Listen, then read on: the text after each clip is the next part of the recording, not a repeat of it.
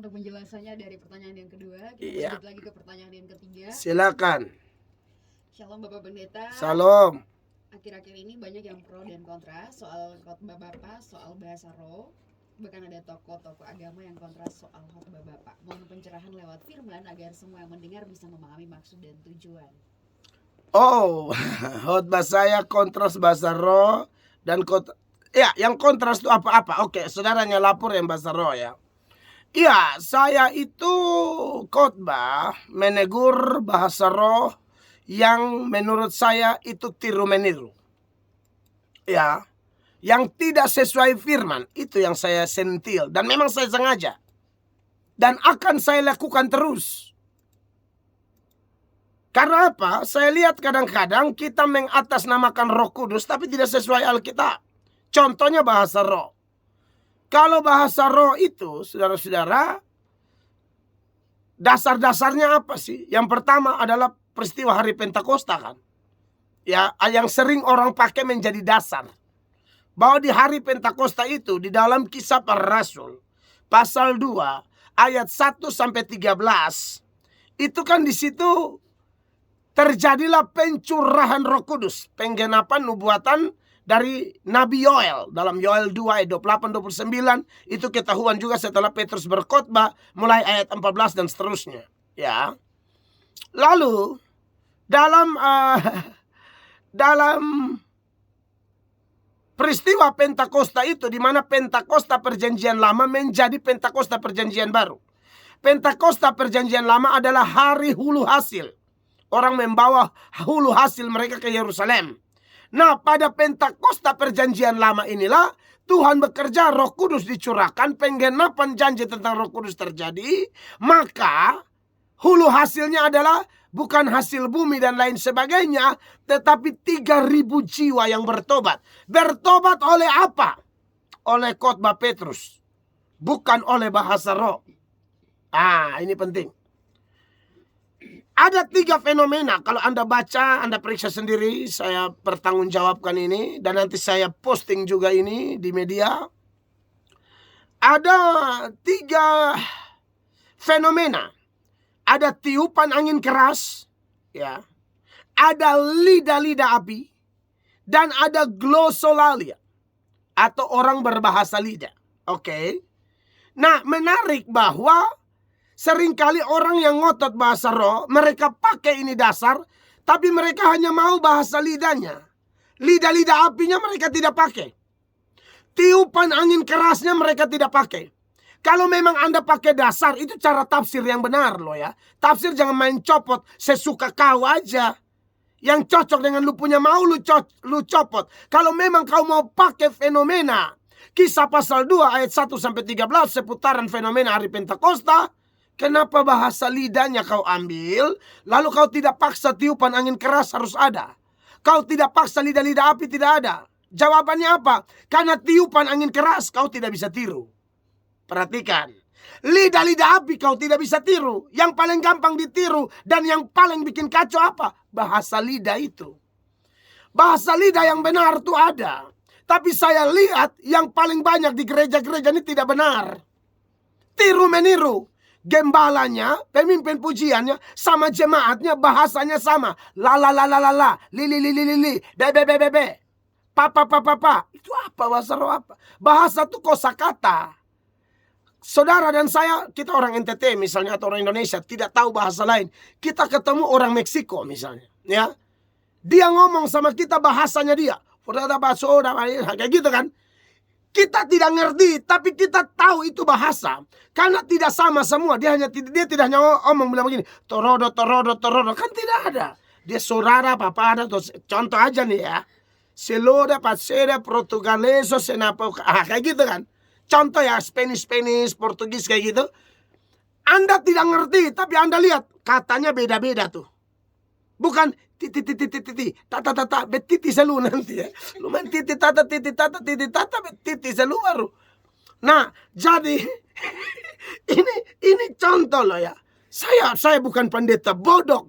Sorry to say. Saya ngajar bertanggungjawabkan. Lalu yang berikut. Anda lihat ini. Bagus, ini pertanyaan bagus. Oke lah, secara secara keseluruhan teks saja udah salah. Kenapa tiupan angin keras kau tidak bisa pakai? Karena tidak ada yang bisa tiru tiupan angin keras. Lu mau pakai kipas angin? Tidak mungkin kan? Lucu kan? Lidah-lidah api kau mau tiru bagaimana? Yang paling bisa ditiru cuma bahasa lidah ini yang ditiru secara kacau. Ya, contoh nih. Anda kalau baca saya belum beralih dari Kisah pasal 2. Ini belum lagi saya masuk di teks Korintus apa segala macam. Saya yakin yang tipu-tipu, yang tiru-meniru, lu gugur deh. Lu bikin kacau gereja supaya kau tahu. Saya tidak anti bahasa roh. Yang saya tidak anti yang mana? Yang asli. Yang palsu-palsu saya akan serang terus. Kau lihat aja nanti. Lu urusan sama siapa? Saya akan hantam terus. Kau bikin kacau gereja, bikin malu nama Roh Kudus. Kalau mau ikut, andai kata kau paksa, karena kau tidak bisa tiru tiupan angin keras, kau tidak bisa tiru lidah-lidah api, yang kau mau tiru nih, iya kan? Bahasa lidahnya, ya. Ingat, garis bawah saya bilang meniru loh ya. Saya tidak mengomentari yang asli. Yang asli siapa berani mengomentari, itu produk Roh Kudus, kita mengomentari, habis kita. Ya kan? Itu ada belasan bahasa. Ada Kapadokia, Pontus, Partia, Elam. Itu bahasa-bahasa di bumi. Bahasa roh itu ada dua jenis. Ada yang dimengerti dan ada yang tidak dimengerti. Yang dimengerti seperti hari Pentakosta itu. Petrus dan teman-teman orang Galilea. Tapi mereka berbahasa Kapadokia, Pontus, Asia, Italia dan lain sebagainya.